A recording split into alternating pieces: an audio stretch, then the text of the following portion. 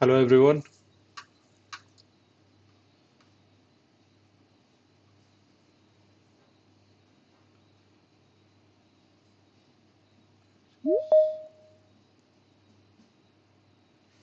Hi, Saran. Hello. I'll just change the settings of the meeting so that it doesn't prompt me to admit everyone one by one. Okay. And I can see that there's still people joining to the session, so we'll wait for some more time and then we'll start the session. Yes, sir.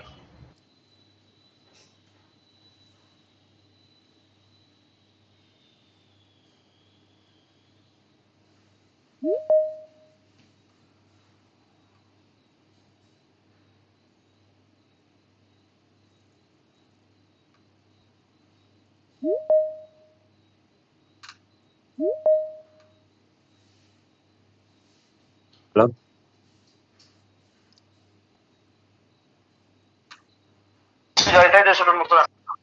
ঠিক আছে, বাকিগুলো বাকি রেখে দেবো।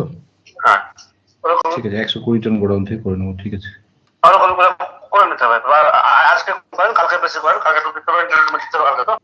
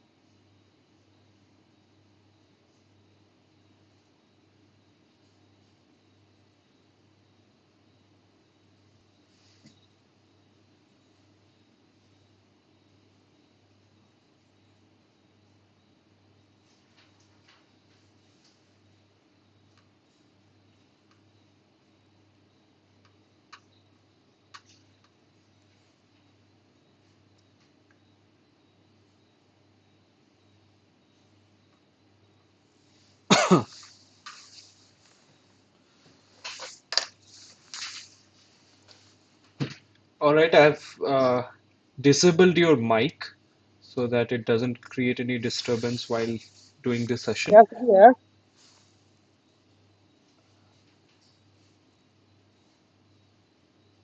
But I hope that you're able to hear me and your cameras are allowed so you can switch on your videos. And in order to answer to a question or to raise any queries or to ask any questions, you can raise your hands using the meeting option, raise hand, so that I'll be able to allow your mic and then you can ask your question or respond. All right?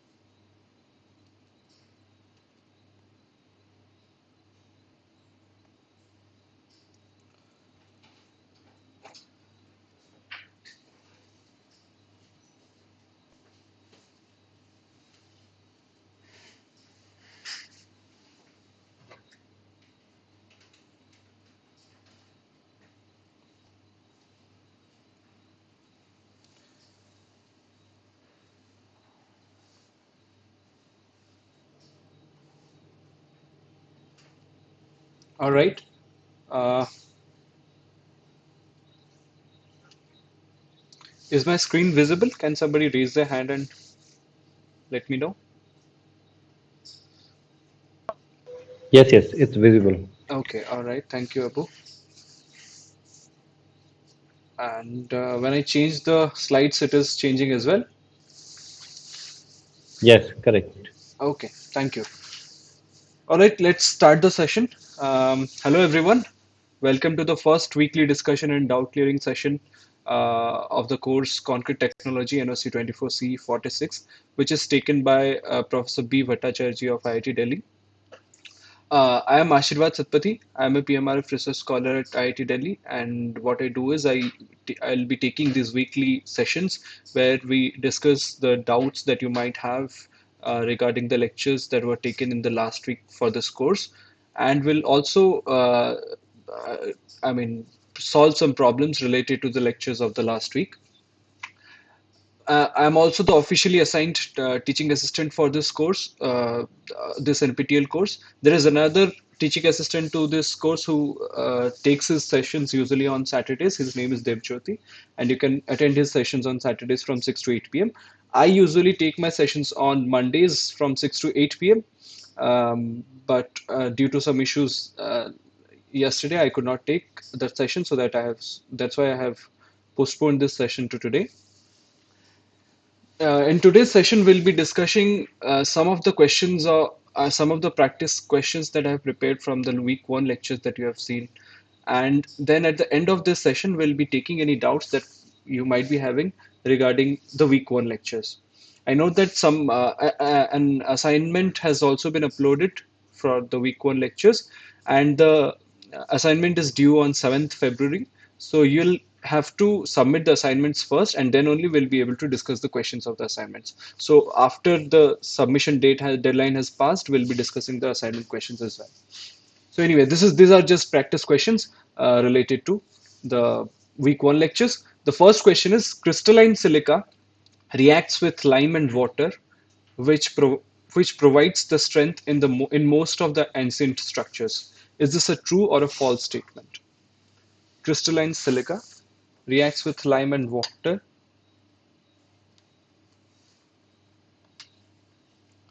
Is this a true or a false statement? Can you raise your hands? Okay, Ramraj. Yes.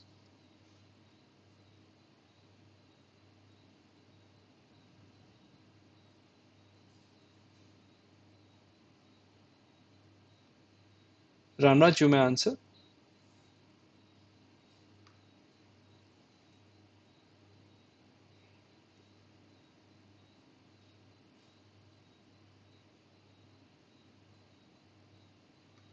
Ramraj, you can unmute yourself and answer.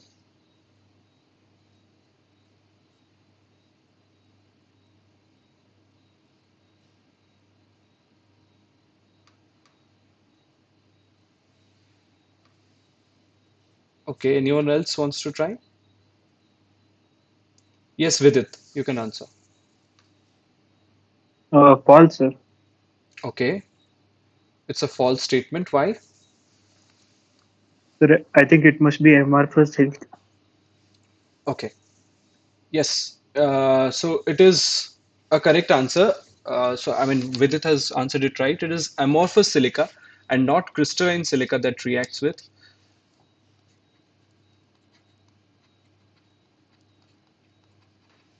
lime and water, which used to provide the strength in most of the ancient structures. So, as we have also seen in the lecture as well, it was discussed that lime was mixed with surki, which is basically a byproduct of or the remnant of brick kiln when bricks are produced in a kiln. Lime and surki were mixed in proportions, and that used to provide the strength to most of the ancient structures in Indian conditions. And in Roman concrete also, we have seen that lime was mixed with volcanic ash, which also is a good source of amorphous silica, and that provided the strength of the most of the ancient Roman structures. So this is just a typical diagram of, I mean, typical flow chart which shows different types of silica that is available generally. So silica can be in both forms, amorphous and crystalline. And the amorphous part is only reactive because the amorphous silica has a disordered structures as it is amorphous, and therefore it can easily dissolve and react with uh, other ions and produce some hydration products, as we can see that in cementitious systems. But crystalline silica, on the other hand, it is um, it has a ordered structure, it has a crystalline structure, and it is stable in nature, and therefore it is not able to dissolve in water, and therefore it doesn't react. So this has also to do with the energy state of both the type of silica. So crystalline silica is more majorly naturally available. Like as you can see here, cristobalite is one form of crystalline silica. Then there is quartz, and then there is tridymite, and there might be other phases as well. So these are naturally available, and therefore they are in the lowest possible energy state.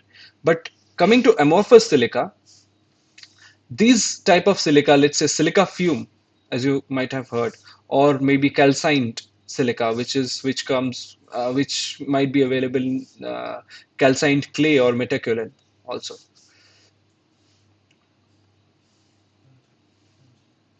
or in slag. So these are the types of amorphous silica which are formed as industrial byproducts. And these industrial byproducts are also formed when there is heat involved, when there is an endothermic reaction going on, when we provide external energy to it, to a certain material. Let's say silica fume is produced when we want to produce silicon or ferrosilicon alloys, right? So this is silica fume is produced as a byproduct of that. And since this is done at a high in a high temperature process, therefore we are providing external energy to this process, and therefore this external energy is stored in that amorphous silica, and it is the nature of any material to come to its lowest possible energy state, as we know. So this amorphous silica wants to react with other materials, and in order to produce stable hydrates or stable materials which have a lower energy than that. So these are the different types of amorphous silica, like natural silica, calcined, flux calcined, and there might be byproducts as well, like fused silica and silica fume. And then there is synthetic amorphous silica that is also produced in chemical industries. So yeah, this is a byproduct of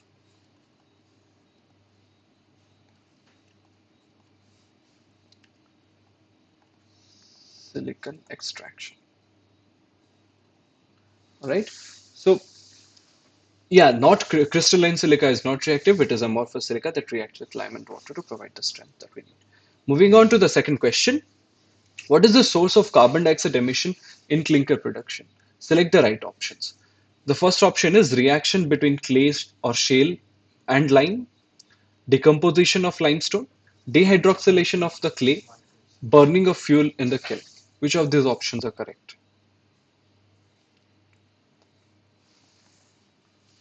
Yes, anyone wants to answer? Which of these options are responsible for the carbon dioxide emission related to cement production or clinker production, rather?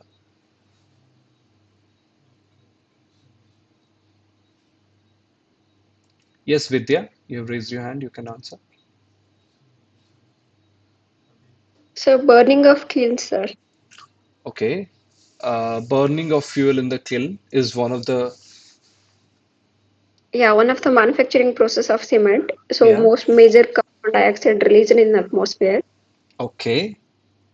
And any other processes from here also release carbon dioxide?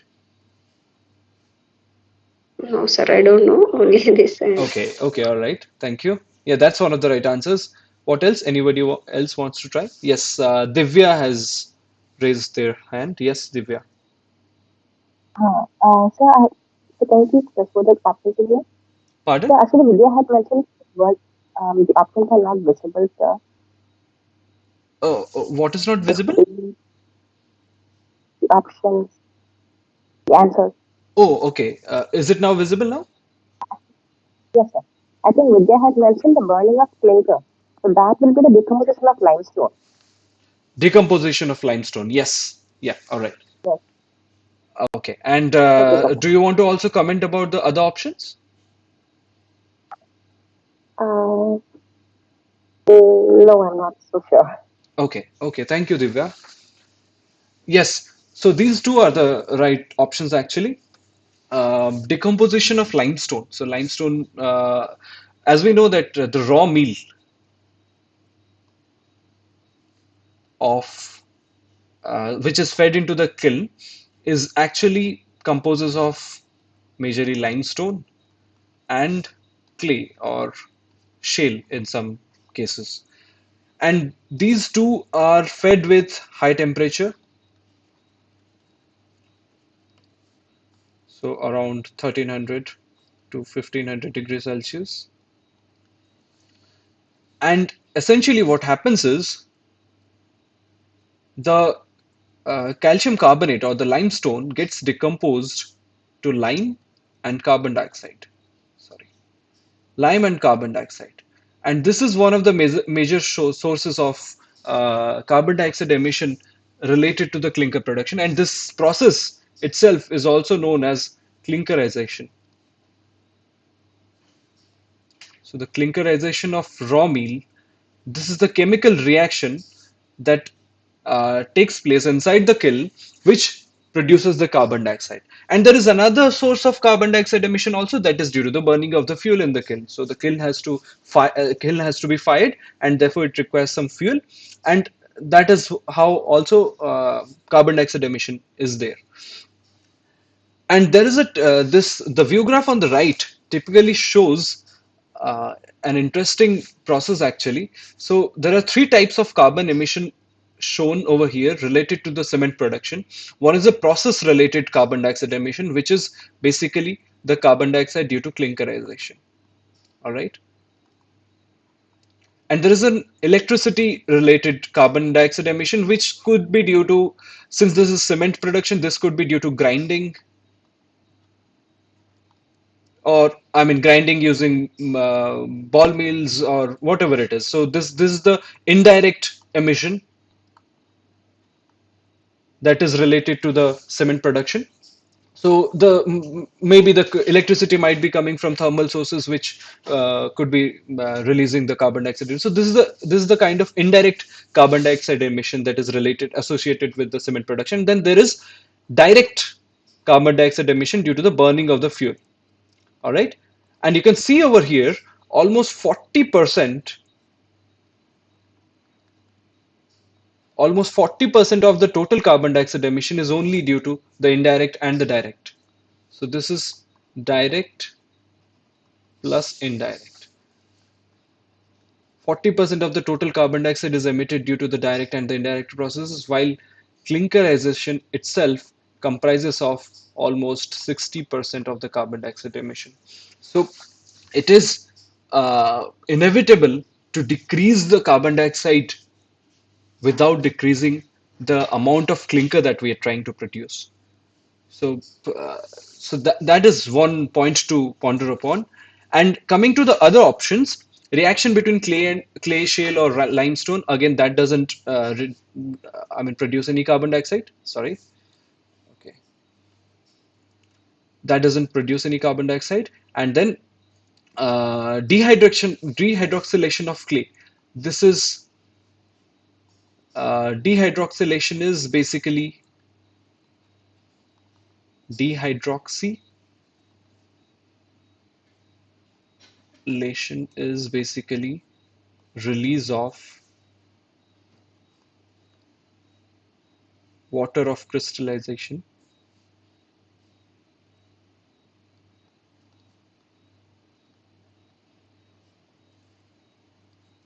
of clay. So this also is related to only release of water and therefore not for carbon dioxide. Only these two are the correct answers. Okay, moving on to the third question. Why is lime saturation factor or LSF maintained below unity in cement production? Which of these options are correct? To increase aluminate content, to maintain A-light to B-light ratio, to decrease the free lime content. Which of these options are correct and why? Yes. Okay, Vidya, you have raised your hand. You can answer.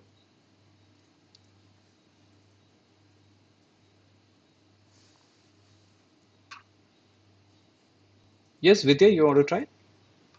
Sorry, this screen coming in between actually Okay, all right. while I'll showing just move something. it. I'll just move it. Yeah. Yeah. Now is it visible? Yeah. Okay.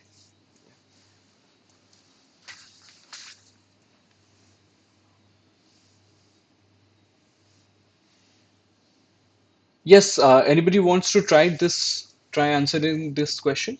Why is lime saturation factor maintained below unity? Unity is basically one, right? Why is lime saturation factor maintained below one in cement production? Yes, Divya, you want to answer? Okay. Yes, sir. Yeah. Go ahead. It's to maintain the allied to belite ratio. Okay, it is to maintain A-light to B-light ratio. Okay, Yes, and what else? Is that the full answer?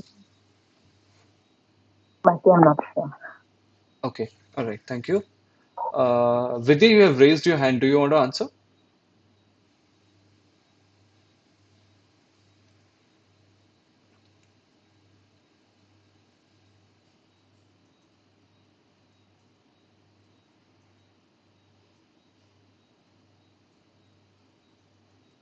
Okay, all right.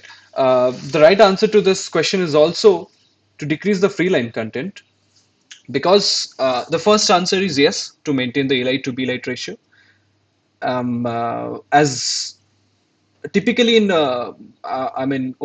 production of Portland cement, what we target is an LSF of around 0.92 to 0.98, and as the LSF increases, the A light to B light ratio also increases.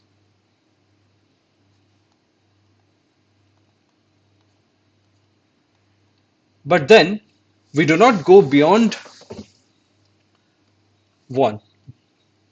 LSF is also tried to maintain below 1, and this is because we want to decrease the free lime content.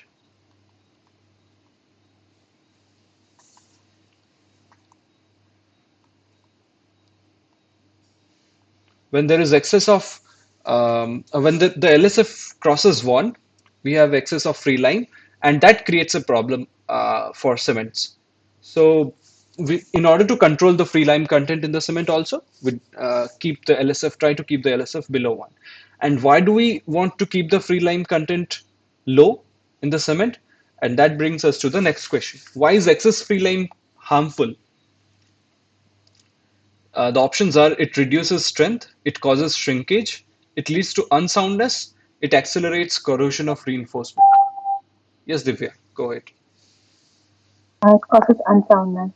Yes, right. So it causes unsoundness in the cement. What is unsoundness? Can you answer? Expansion, undesired expansion after hardening. Right. All right. Thank you. Yes. Yes. I see that Shivam has raised their hand.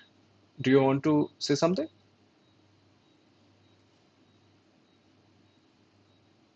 Okay. All right. Yeah. So unsoundness is, as Divya has rightly mentioned, is the undefined or indefinite, I would say.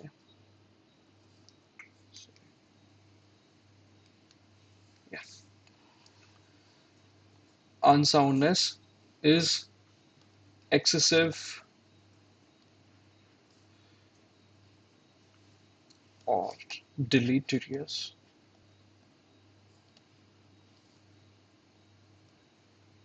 expansion of volume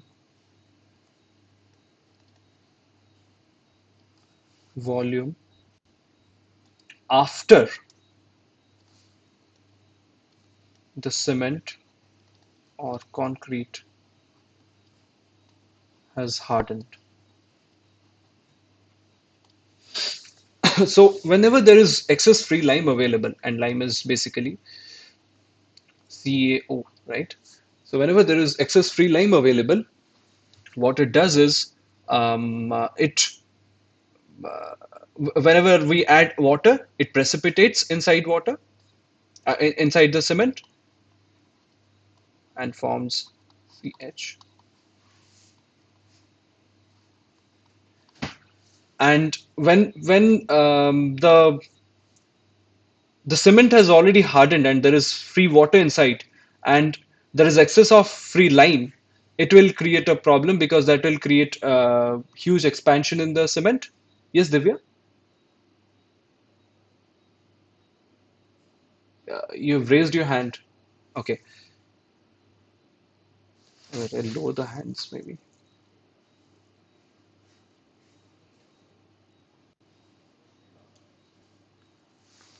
You've muted yourself, and Divya, you want to unmute yourself and speak? No, sir. Okay, all right. Yeah. Yeah. How to say cement? So there is excess of free lime available. This precipitation occurs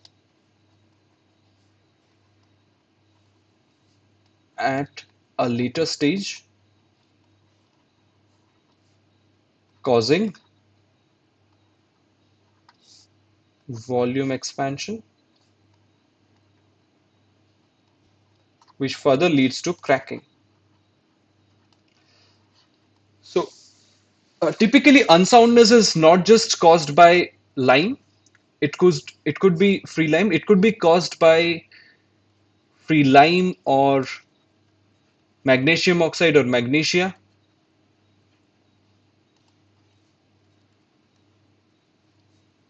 or excess of gypsum. So uh, for cement, as you may know, that we also try to keep the oxides, certain oxides, in a certain range of the prescribed range. And that is because whenever there is excess of magnesia in the cement as well, this magnesia reacts with water at a later age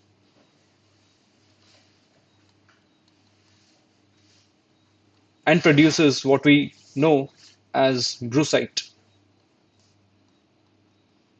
Again, brucite is a very soft, deleterious, high volumetric material.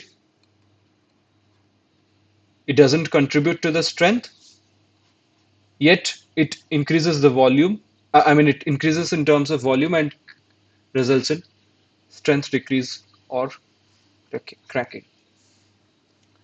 Again, there might be excess of gypsum, which will only lead to the sulfate coming from gypsum reacting with calcium. Uh,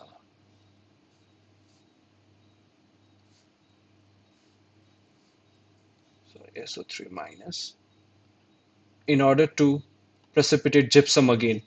So this causes sometimes a false set, as we may know, and this also creates if the cement is in a fresh state, then it will create a false set. Otherwise, if it is in a there is excess of gypsum inside the cement and the cement is already hardened, then precipitation of gypsum again. I mean, if there is excess of sulfates and the precipitation of gypsum in a hardened state of cement will create unsoundness, will increase the volume and lead to cracking, excessive cracking. So, yeah, so this is the answer to the question. It excess free line leads to unsoundness. Okay. All right. Moving on to the fifth question. Which of the following is or are true? Silica ratio SR controls the ratio of silicate phases to the interstitial material in the kiln. Silica ratio controls the ratio of aluminate phases to the interstitial material. Alumina ratio controls the ratio of aluminate to ferrite. Alumina ratio controls the ratio of aluminates to silicates. Which of these options are correct? Yes, Shivam, I can see that you have raised your hand. You can go ahead and answer.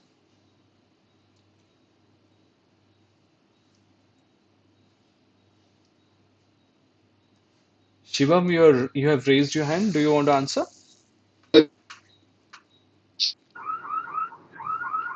Okay, Sure. Nikhil, you can answer. Yes. Sir, next question not displaying in the screen. You are telling next question or continue? Now, okay, sir. Okay. Is the screen visible to everyone? Can all of you see the question 5? Yes, yes. Okay. All right. Anybody wants to answer?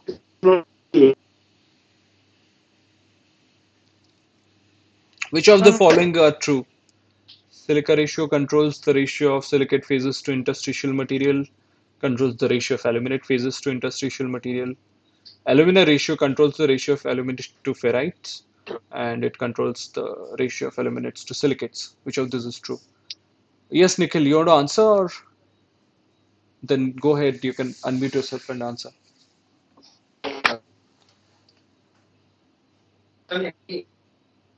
Vijay Kumar, do you want to answer?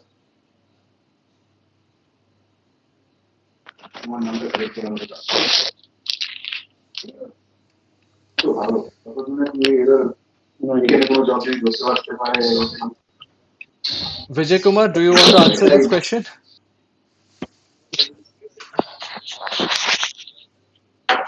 All right, I'll just mute him. Yes, Abu, I see that you want to answer. So is this the third one, aluminate to ferrite? Okay, aluminate to ferrite. And what else? Is this the only right answer? Maybe, sir. Okay, thank you, Abu. Um, Actually, the first option is also the correct option. So silica ratio controls the ratio of silicate phases to the interstitial material. Interstitial material is basically when the raw meal is fed into the kiln and the temperature has been increased beyond, let's say, 800 to 1000 degrees Celsius. There is certain liquid phase available inside the kiln, which facilitates the formation of aluminates and ferrites in the later stage, and also it facilitates the burning of silicate phases to produce halite and bilite. So this liquid material is also called the interstitial material, and silica ratio basically controls the ratio of the silicate phases to the interstitial material. The sorry.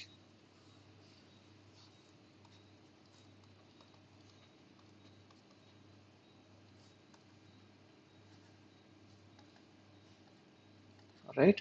And then the alumina ratio controls the ratio of aluminates to ferrites. This is simple because you might have also seen in the lectures. It's only a ratio of alumina to the ferrite phase. So yeah, ferric oxide. So these two are the correct answers to this question. Moving on, the sixth question doesn't have any options. Let's see what answers do you have. Why does cement react with water and raw meal does not? And part of this question we have already discussed in one of the previous questions as well. Why does cement react with water and raw meal does not? Raw meal is basically, sorry,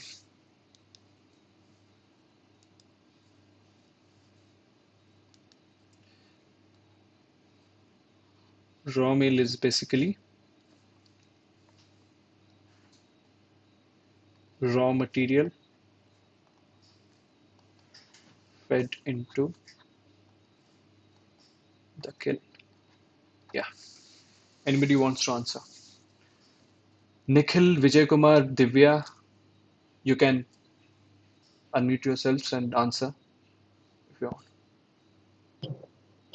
Yes, Divya, go ahead. So as you had mentioned, the cement undergoes a lot of processes to become cement.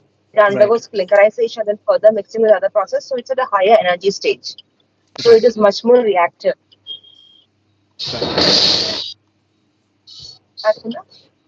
Yes, thank you, Divya. That's the right Thank answer. Anybody else wants to also add something? Yeah, Vijay Kumar, do you want to add something to this? No, sir. Okay, Astha, Nikhil, do you want to add something? All right. Yes, as Divya has already rightly Cement, discussed. the Yes, Astha, cement go ahead. reacts with water in that's called the process of hydration, and the raw meals does not do this. Means the hydration process is very slow in case of raw meal. Okay, right. Yeah. I mean, that is one way to put it. It is very slow for all the practical purposes. So probably it might undergo hydration, but we don't know. It is very slow. It is not spontaneous. So yeah, I would say it is not spontaneous. Yeah. So basically, for all practical purposes, what we know is that raw meal, which basically comprises of majorly limestone and clay or shale, when added with water, they don't undergo any reaction because limestone and clay are both naturally available materials.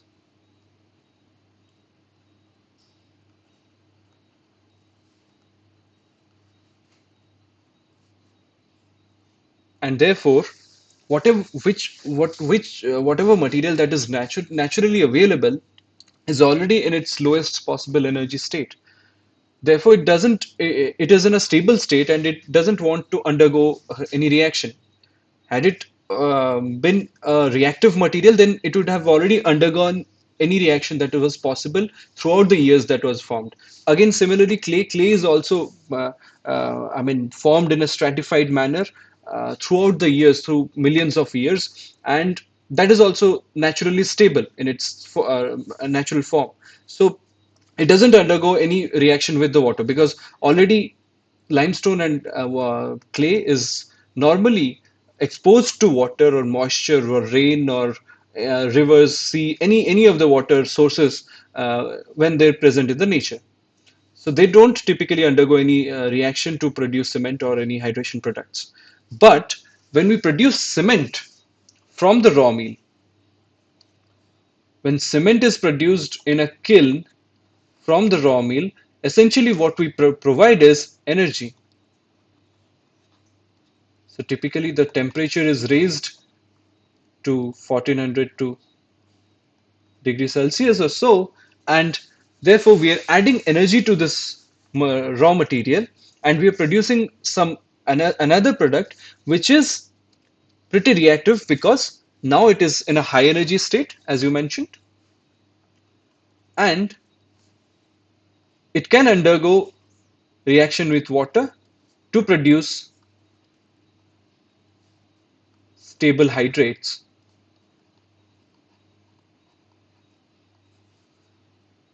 which are in some way stable. They're not typically not in the lowest possible energy state,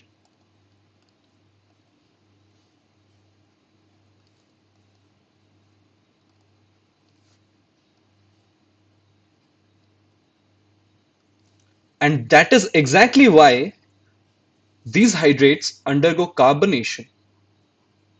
As you will also study in this course ahead, due to the carbon dioxide present in the atmosphere, these stable hydrates also undergo carbonation and return back to their original states, which is limestone or calcium carbonate. So this is the cycle. This is the typically the cycle of how involvement of energy takes a raw material to another form, and it tries to come back to its original form. So typically this is the kind of, if this is a scale of energy,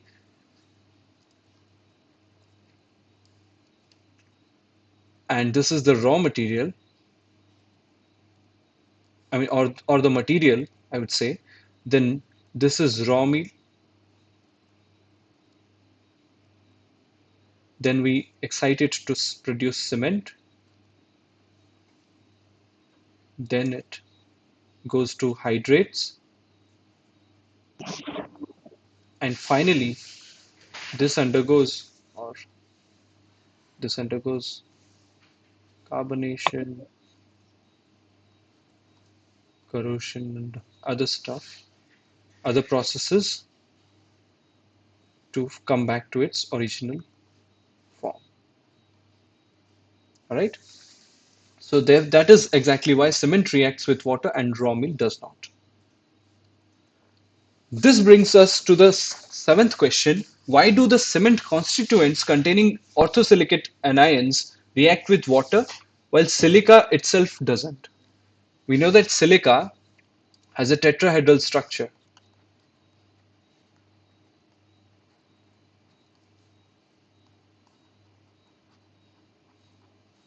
And before we move on to answer this question, I would like to answer why silica. I would like to ask you this question: why silica is written as SiO2 while the anion is the silicate ion is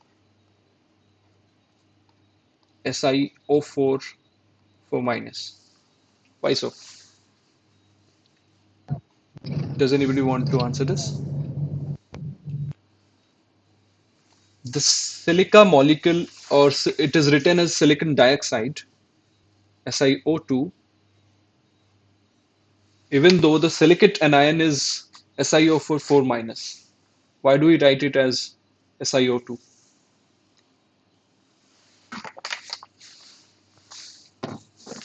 And then we'll move on to answering the seventh question. Yes, does anybody want to answer this?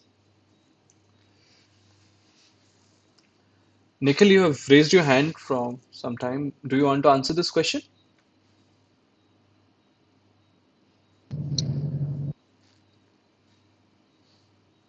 All right, I'll lower your hand.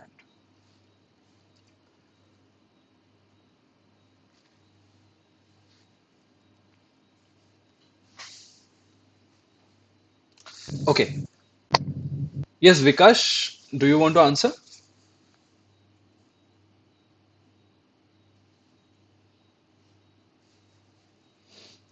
All right. So as we know that silica has a yes, Astha, go ahead.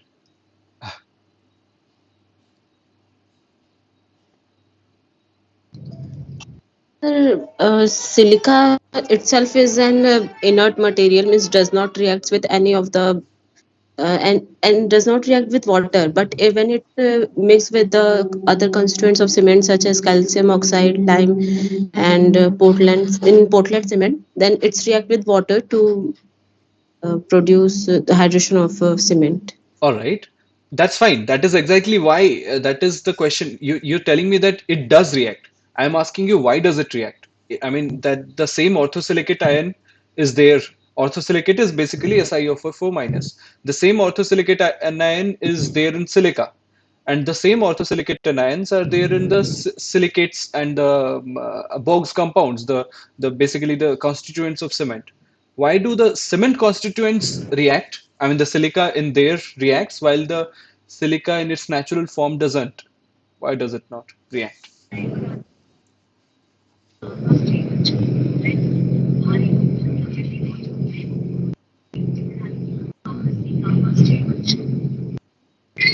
Yes, anybody wants to try? Why does it react in the form of cement constituents and it doesn't react from silica itself? Okay, so starting with why it is called SiO2 and not SiO4 is basically the oxygen atoms in the silicate in the silica tetrahedral are shared by two silicon atoms. So each of the oxygen atoms in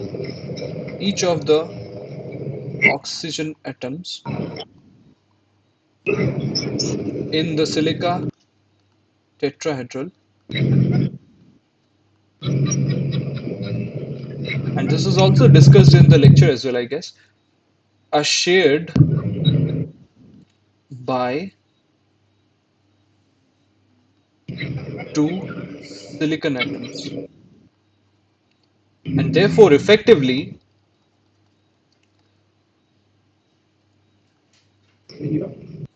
each silicon atom gets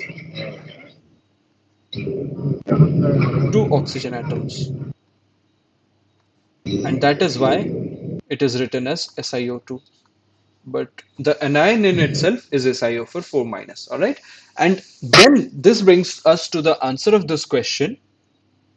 As we have seen in the lectures as well, the orthosilicate anions, let's say this is the structure of alite, and we see that the orthosilicate anion is a large anion, while the cations, which is the calcium cation, is a small cation. Again, in the case of belite also, the same thing. The anions are large in size, while the cation is a small in size. This is the structure of the aluminate ring, 6 aluminate ring, and this is the structure of ferrite, right? So in all of these phases, on all the cement phases,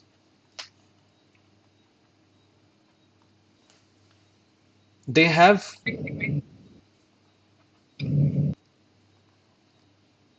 large orthosilicate anions while small calcium cations. And this, due to this, as we have also discussed in the lectures, the packing density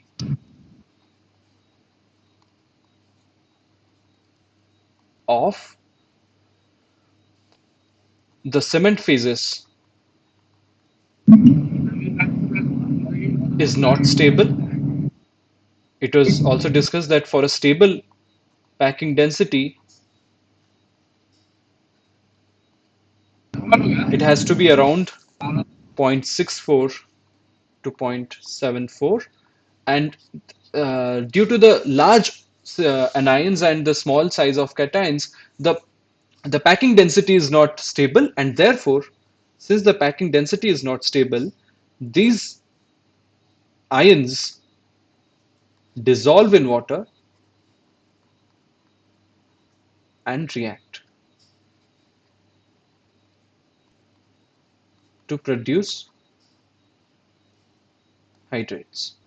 On the other hand, in silica, the natural silica that is available, the packing density is at a stable state, and therefore it doesn't dissolve in water, it doesn't react with water to form any hydrates. So this is one of the reasons why the same orthosilicate anion that is present in the cementitious phase, the cement phases, I mean unhydrated cement phases, is reacting with water, while the same orthosilicate anion that is present in silica doesn't react with water.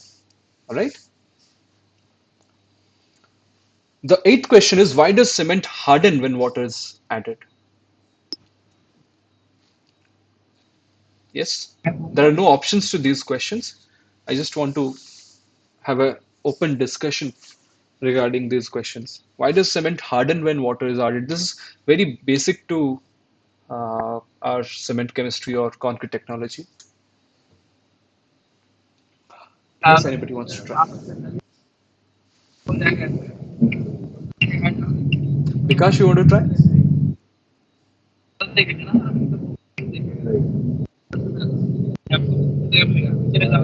All right. Yes, anybody wants to try this to answer this question? Why does cement harden? We know that cement hardens when water is added, right? Yes, Astha, go ahead.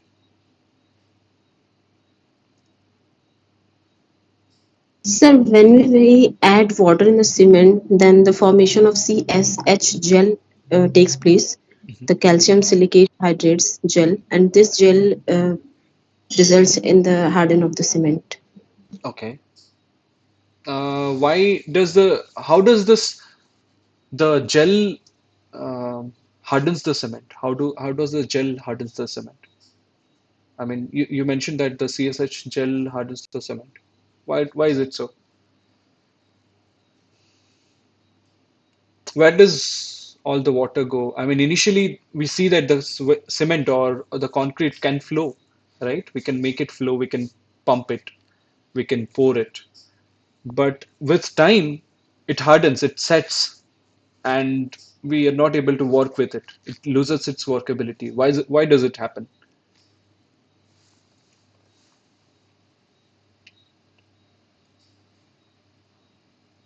Yeah, one way is that one way the way you answered is okay. It hydrates. It forms up certain hydrates. Let's say calcium silicate hydrate, and that is the reason why it hardens. But how calcium silicate hydrate hardens the cement?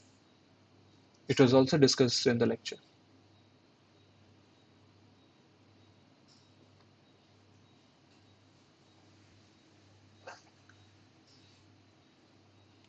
Okay. Anybody else wants to try?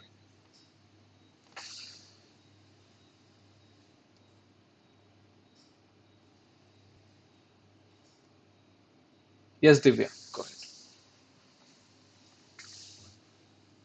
Formation of the CSS gel makes it workable, but the gel is not stable and it breaks down to form the proper hydrate products, which are harder, well, Mm, which are more solid. The C3S and C2S. no, actually, I mean the CSH gel does. How does it break down? It's not stable. It's not stable in the long run. So it further hydrates. It loses the water. Okay, all right. That's Okay. I'm not sure as to why you mentioned that it breaks down and it is not stable. Why is it not stable?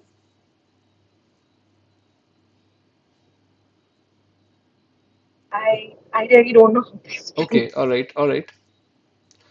Yes, Astha, you want to say something? Because I remember that if the etagel gel does not convert to the next products, that will cause unsoundness in future. Okay, unsoundness, let it be. I mean, we're not discussing unsoundness now. I'm just curious why cement hardens. I mean, I'll just help you out how to answer this question. I want to know, where does all the water go? There's water when we add it fresh to the fresh cement. So in the fresh state, the cement or the concrete is able to flow, right?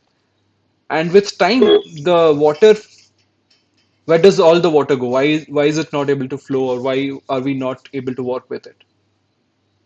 A percentage of it reacts and gets bound. Right, exactly. It is bound water, right? So Yes. initially, Um, thank you. So okay, thank you, sir. initially there is free water. So this was a simple question. Yes, I know that you try to answer it with CSHL and all that, but initially there is free water when we add to the cement or concrete, and the concrete is able to, or cement is able to flow. But with time, this water, a part of this water gets reacted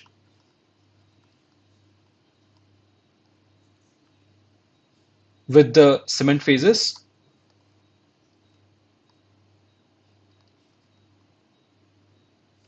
and produces this hydration products, which is also known as hydration. So hydration products are formed, as you mentioned, CSH, sorry, ettringite, Cortlandite,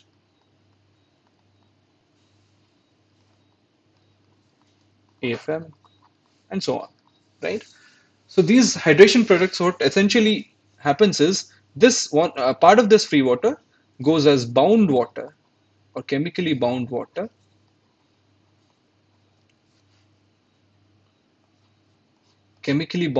inside the hydration products, and therefore initially this the concrete that used to flow loses its which did not have any shear strength. It was able to flow. It had a very low shear strength. Now it increases with time. The shear strength increases, and therefore the particles, the hydration products that are formed, that do also have a higher volume, and therefore they occupy the volume. And we have also mentioned that these hydration products, let's say the CSH gel, the size of the gel is of few nanometers, and they undergo the colloidal interactions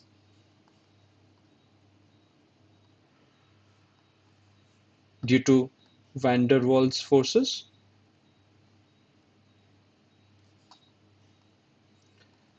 And these van der Waals forces also, due to the interaction between the hydration products, that also increases the shear strength of the increases shear strength. And now it reduces the flow. So with time, the cement hardens. It doesn't dry out, it hardens. All right. So there's a part of the water goes to the goes as bound water. So hydration products are formed, and therefore there is not enough free water for it to flow. And again, these hydration products take a lot of volume, and they have these colloidal interactions between them. Therefore, there is again an increased resistance to the flow, and therefore the cement hardens. It sets. Yes, Divya, do you want to add something? You have raised your hand. No, no, sir, it's a old hand. Okay, all right. Yeah. So that's the answer to the eighth question. Moving on to the ninth question, categorize the process involved with cement as exothermic or endothermic under general conditions. So under general conditions, yes. So the processes are clinkerization, dissolution of cement phases, precipitation of hydration products, decomposition of limestone to lime. Which of these processes are exothermic and endothermic? We can go one by one. Anybody wants to answer?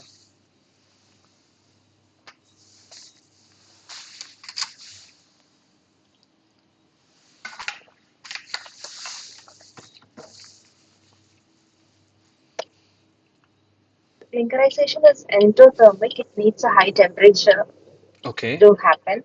Yes. All right. Dissolution of cement hydration basically, that is exothermic. Okay. Yeah. Yeah, that is not so sure. Precipitation of hydration products. This is actually hydration that you're talking about. This is dissolution of cement phases. Okay, all right. You can try and You know, we can AN. discuss afterwards. Yeah? I only know those two answers. Okay, all right. Thank you. Anybody else wants to try? Thank you. Yeah.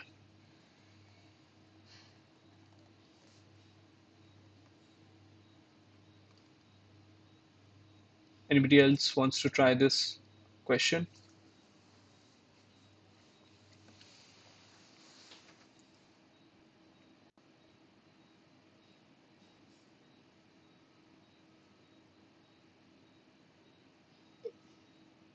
So decomposition of limestone to lime is also endothermic process. Okay, yes.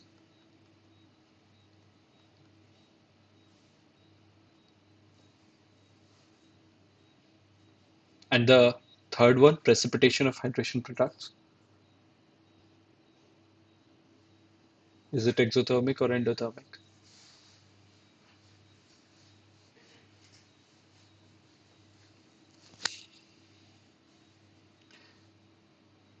Think of it as what happens on its own and which processes you want energy to put in for it to happen.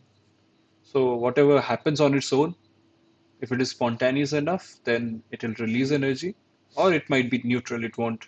But majorly, in most of the times, it will release energy. So it will be exothermic. But whatever requires an external energy to be provided for it to occur, that will be endothermic. So think of it as that way and tell me if precipitation of hydration products, it is exothermic or endothermic.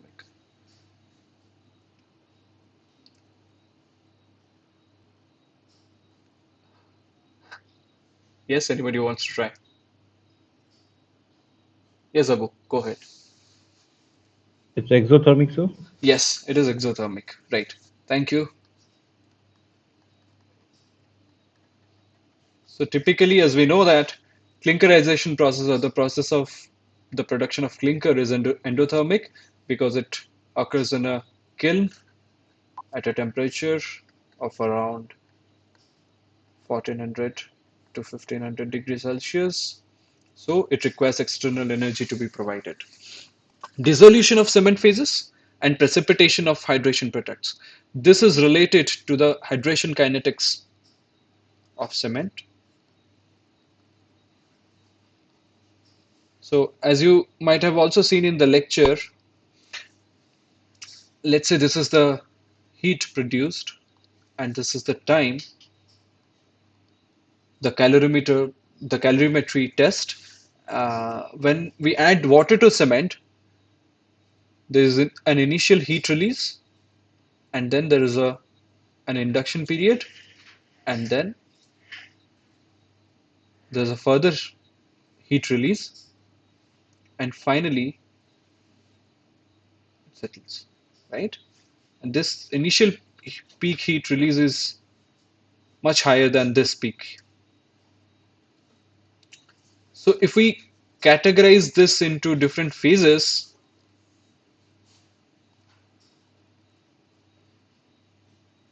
this is one, this is two, and this is broad phases. I'm not going deeper into any of the hydration of different phases of the cement, but this is broadly speaking.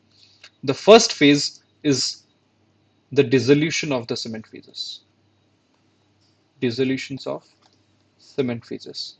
So the dissolution of cement phases like the alite, belite, aluminate, and ferrite that releases a lot of heat, and therefore we see an initial heat burst in the isothermal calorimetry,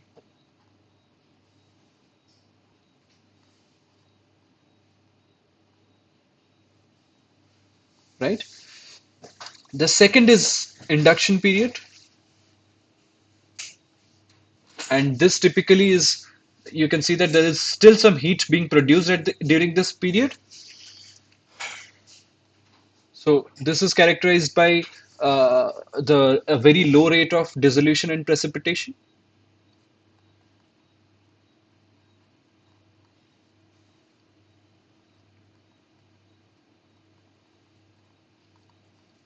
At a very low rate. And finally, the third phase is the hydration of halite majorly. Sometimes, I mean, halite reacts very slow, so it reacts at a later stage, but majorly halite and aluminate, right?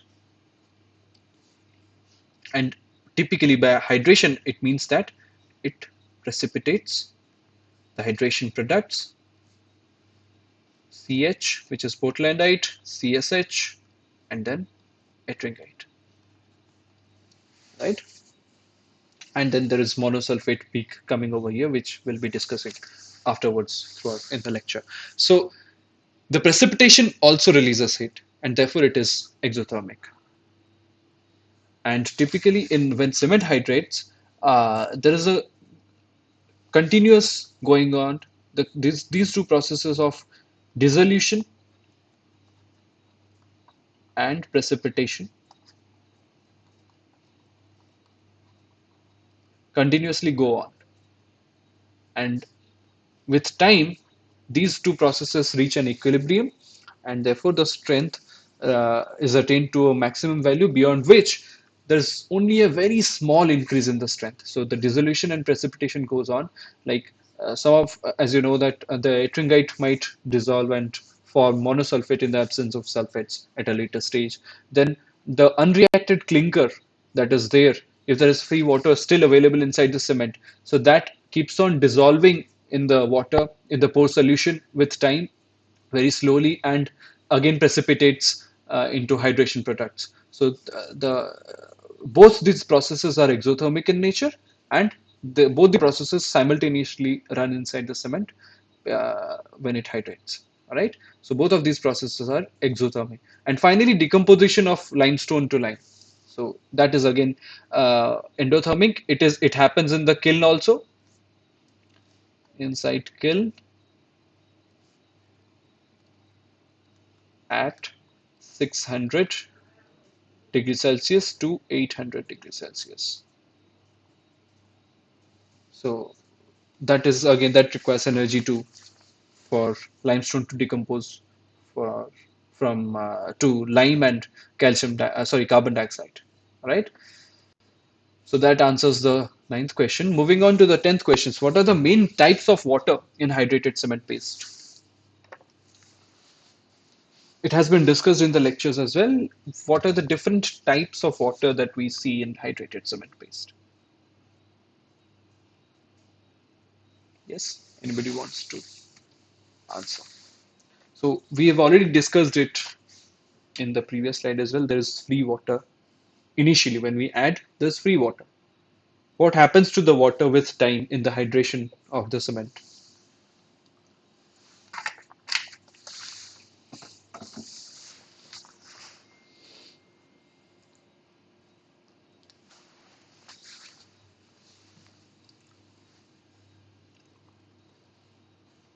Yes, Divya, go ahead. A part of the water gets bound, and due to Right. the reactions, Mhm. some of the water gets stuck in the pores. Right. Yeah, okay.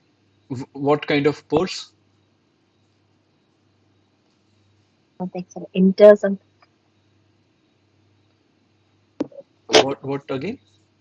I forgot the actual word for that Okay, all right. pores. Mhm. Yes, thank you. Yeah, that is Is actually, it capillary pore? yes, it is capillary pores. Yes, Asa. So there is, I mean, free water that comes inside the cement, and then it gets chemically bound to the hydrates. I'll write it over here. So when water is added to cement, it initially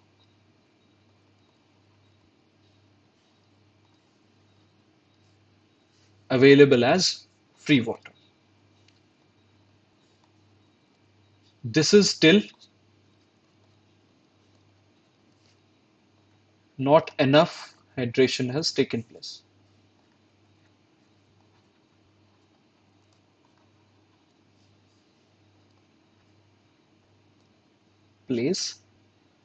Typically within a few seconds.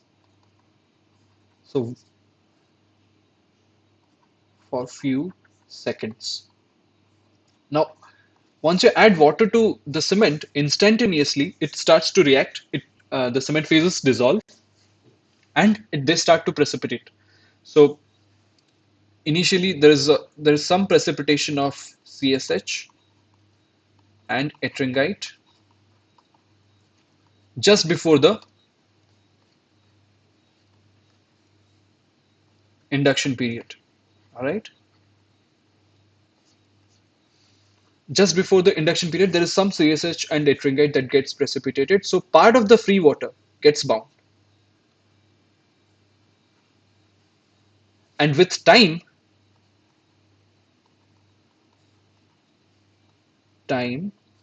after setting, after the complete setting,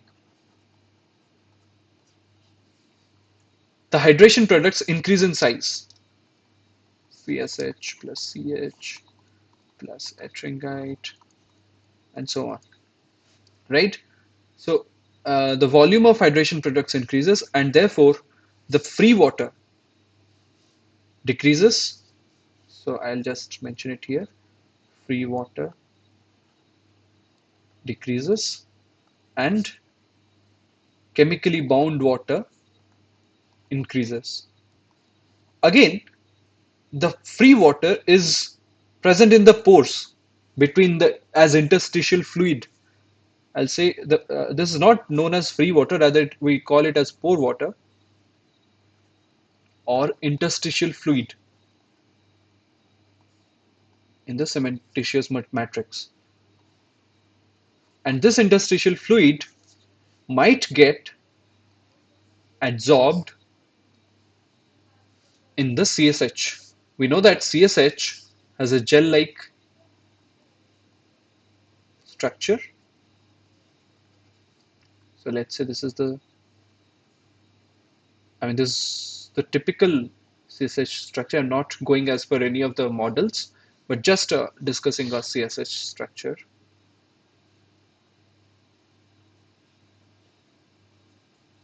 So we know that it is formed in layers.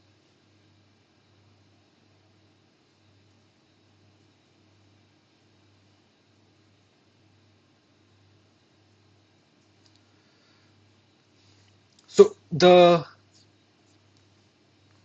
water that is formed in the CSH, that is chemically bound water, right? Then there is pore water or the capillary water that you mentioned. These are present in the capillary pores. So there is gel water as well. We are not talking about that, but essentially the capillary water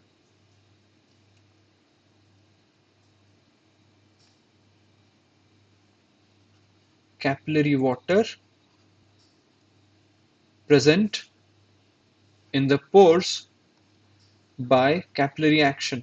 So this water is held by capillary action,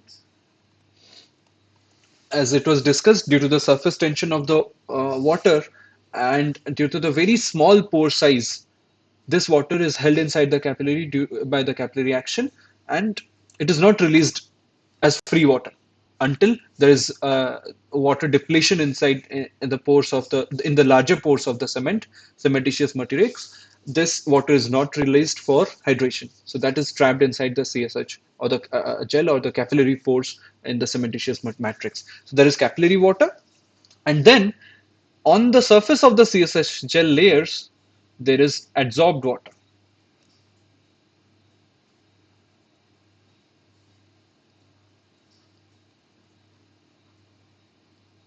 right?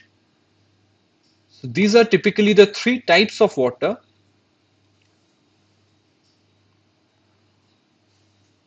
One is chemically bound water, two is adsorbed water, and the third is capillary water.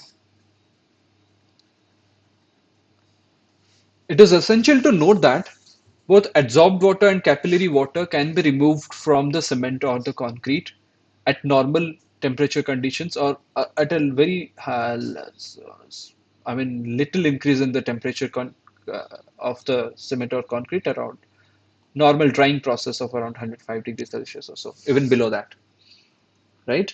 These can be released from the concrete or cement. But the chemically bound water, that is in the form of water of crystallization with the hydration products, releases from 50 degrees Celsius till 600 degrees Celsius. So typically the chemically bound water, that is with CSH and ettringite, releases between 80 degrees Celsius to around 350, 400 degrees Celsius. With Portlandite, it releases above 450 degrees Celsius till 600 degrees Celsius. So the chemically bound water is held in a very in a strong bonded form, while the adsorbed and the capillary water are still freely placed inside the pores of the cement, but are not free for hydration as it is, because they are kept inside the capillary pores by the action of capillary forces or surface tension. The adsorbed water are kept on the surface of the CSH gel due to the surface charges that are present on these hydration products. So, and as we know, that water is a polar material. It gets adsorbed on the surface of these uh, hydration products as well. So these are the three types of water that are present in the hydrated cement paste. All right, I had space in the next slide. Anyway, moving on to the last question of this session. C3A or aluminate has higher heat of hydration than all other phases, yet why do we keep it in low quantities in cement? Yes, this is an interesting question. Let's see how you answer it. We know that, I mean, this was discussed in the lecture as well. Aluminate has the highest heat of hydration among all other phases, the other three phases. But yet we want to keep the aluminate quantity low in cement. Why so? Why do we want more A light and B light rather instead of C3A, even if it has a higher heat of hydration?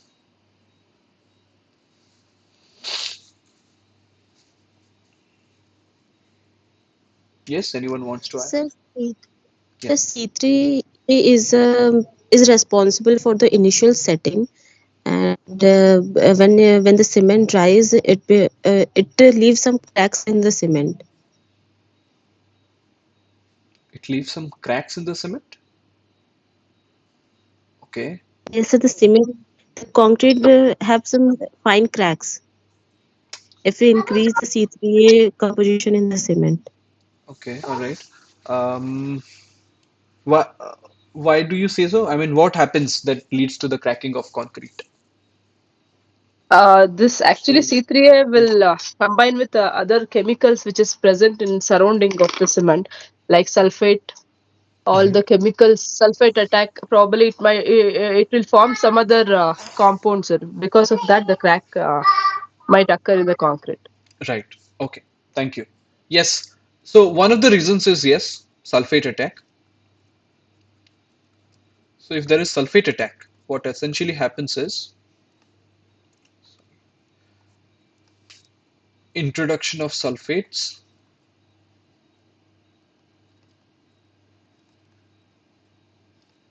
to hardened concrete. And if there is sulfate attack, this sulfate reacts with the unreacted C3A, which is present in excess amount,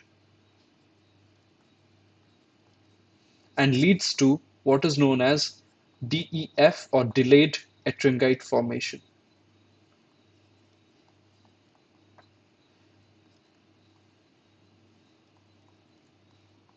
I know that this was not covered in the lecture, and I was not even expecting this answer to come. But anyway, we'll also discuss what I was expecting. But anyway, delayed ettringite formation occurs. So ettringite is a crystalline material, and it increases in volume. I mean, after the cement has hardened, the concrete hardened, there's an increase in volume in hardened concrete.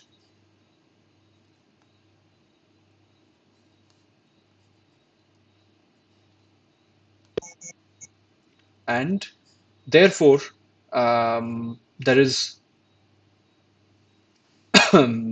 cracking, that the concrete undergoes cracking. This also happens when we increase the temperature, like when we go for a high temperature curing of the concrete. Typically the ettringite is not stable at higher temperatures beyond 80 degrees Celsius or so, and therefore when the concrete cools down after long, the ettringite, it's precipitated from monosulfate, because there is still sulfate available in the concrete, and that leads to delayed ettringite formation as well, and that might lead to cracking. But this is not the answer that I was expecting.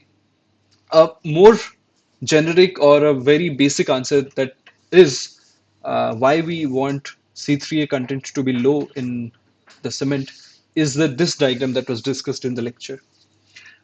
This is a typical plot of compressive strength of pure phases of the cement, like alite, belite, aluminate, and ferrite, and how their compressive strength is found after certain days of hydration.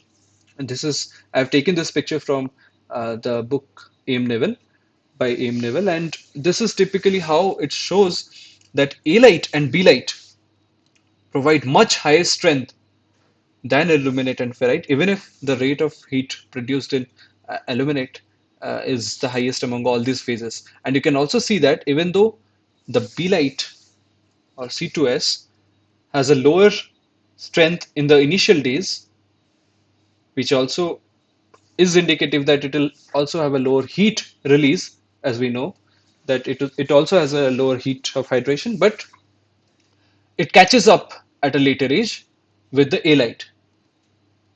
So belite and alite produce higher strength,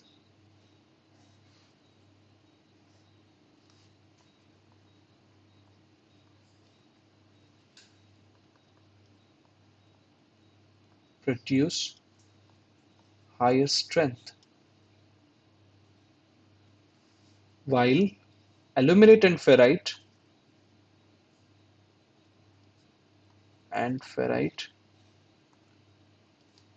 contribute very little to the strength.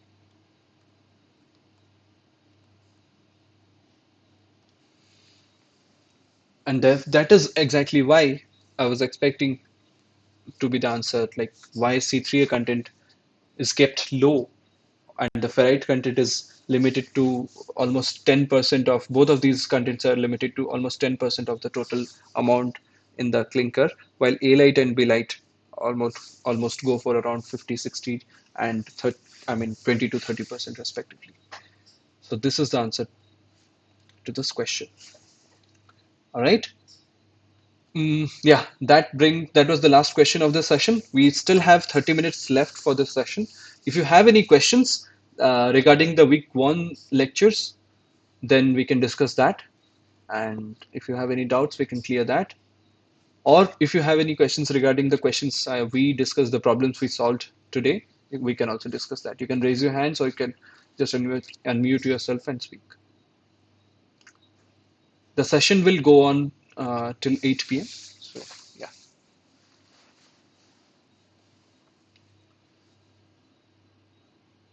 Yes, Divya. I had a question. Yeah. In one of your questions, you had mentioned you were asking what is endothermic and what is exothermic, Yeah. and you had mentioned clinkerization and decomposition of limestone to lime. Yeah. What is the difference between these two? Okay. The clinkerization is the whole process of actually how clinker is formed from the raw meal. So it involves, the decomposition of limestone is one of the phases. It occurs between 600 to 800 degrees Celsius, but then we increase the temperature beyond that. So um the raw meal is gets converted to these clinker phases of a. So first of all, it the limestone gets converted to free lime, and then the free lime reacts with the silica coming from the clay and the shell, and then it forms the silicate phases, the aluminate phases, and the ferrite phases. So all these processes go on till the cooling is started, and we get the final product of clinker. So this is the whole process of clinkerization. On the other hand, decomposition of limestone is only limited to, I mean, it's limestone. That was just a part of the question.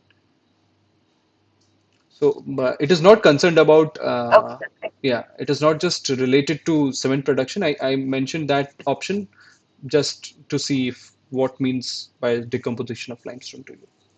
Yeah, Okay, sir. Thank you. yeah. All right.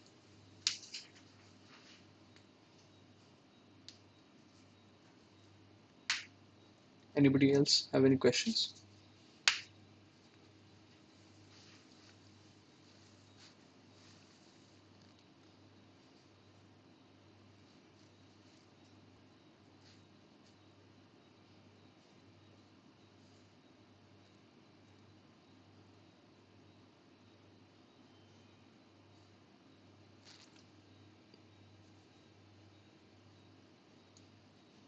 Okay, the last part of all these sessions will be kept, we'll have some time with us so that we'll be able to discuss the doubts you might be having regarding the lectures. So, the session will still go on till 8 p.m. as usual, but in case you don't have any questions, you're free to leave. Otherwise, if you want to stay, also we can discuss any of your doubts and yeah, that you might have. But in the initial part of So, the, yeah, yes, Abu, go right. ahead. So one question is that, the lectures are there in YouTube as well. Okay, So in case we watch those videos while traveling through trains or some other things like, yeah. will this be counted as, completing the program? Like as percentage shows quite low, although I have completed three, four, slides from YouTube as directly. Okay. Actually, I'm not sure about this question because I don't know if the percentage or the you're attending the lectures or through the SOYM portal is mandatory for you to complete this course. But you can post this question on the forum maybe. But I don't think so. It should be mandatory for you. Anyway, if you have registered for the exam, then only I guess that counts towards the completion of the course and your certification. Yeah, I have registered for the exam, Yeah. So but even after completing four slides, four lectures, yeah, I can presents are attended understand. Right, almost right. 16%. Yeah, the progress is being shown as only 15%. Yes, yes, Yeah, yes, yes, yes. yeah, it happens because you're not accessing the lectures through the SOIM portal, but I don't think the attendance or the progress is a mandatory uh, requirement for the Okay, course to be completed. So okay. you can just go ahead and watch the lectures on YouTube as well. It's the same. Anyway, I Okay. guess the SOIM portal also redirects you to the YouTube link. So it's all Yes, right, but I guess. we cannot download these, we Okay. cannot download these, but in YouTube we can do it. Okay. All right. Yeah. So it's easier for us to go with the lectures while traveling through trains and all. All right. Yeah, that's fine, I guess. But in case you want to be sure, I'm not the right person. You should be asking this to. You can Okay, post got this. you, got you. Yeah, you can post this question on the forum, and somebody else will probably get back to you. Yeah. Yeah, yeah. Thank you. Okay.